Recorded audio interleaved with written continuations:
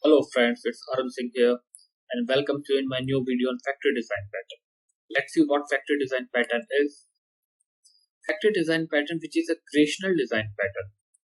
It offers object creation without having to specify the exact class of the objects. It proposes using a superclass and multiple subclasses which inherit from the superclass. During execution, only the superclass is used and its value varies depending on the factory class. Let me show you a class diagram. There is a parent class car and child class jeep and truck. Jeep and truck are extending this car class, where class has variables, model and number of doors, and jeep has land and truck capacity. I have a factory class that will have public static void main. There I will create an object of jeep using car. Depending on the parameters that I will pass, I will get an object. Let's see a demo around it. This is my class car. I have model and number of doors as variables here. I have basically two constructors here. Basically one constructor that is no argument constructor, getter and setter of model and number of doors, and there is one method, my car, where I will print that this is my car by Arun. Then I have the child class jeep which extends car. It has two constructors, basically no argument constructor and one argument constructor. This is for this argument. Here, the best way to do now is you need to do super, and that's why. This is the best way to implement the constructor. Now, if you will go below, we have getters and setters, and a public void my car which is overriding, and I have print out here my jeep by Arun with land. In car, I have basically my car. In jeep, I have my jeep. Now coming to truck. Truck again extends car class, which have a variable float capacity, no argument constructor and one argument constructor. Let me have super here also.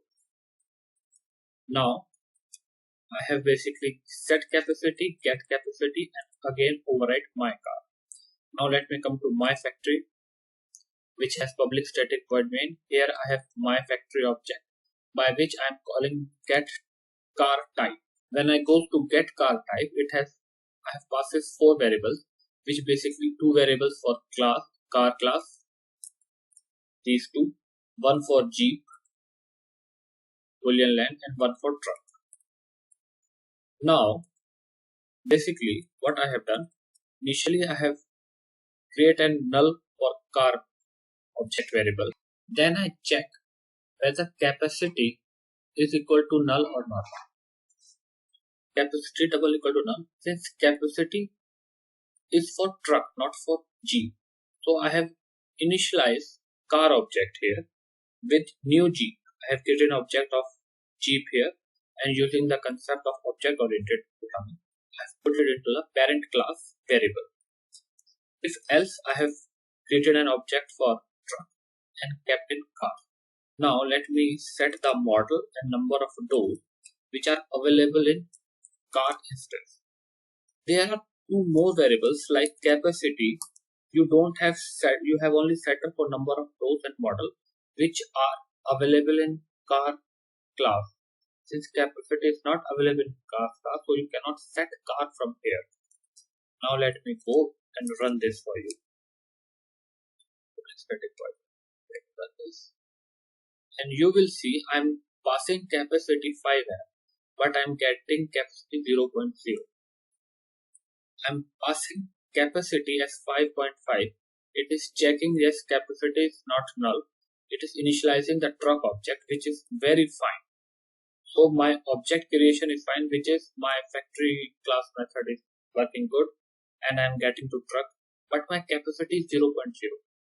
So the solution to implement a correct way to implement a factory design pattern, let's use the correct way to initialize the constructor.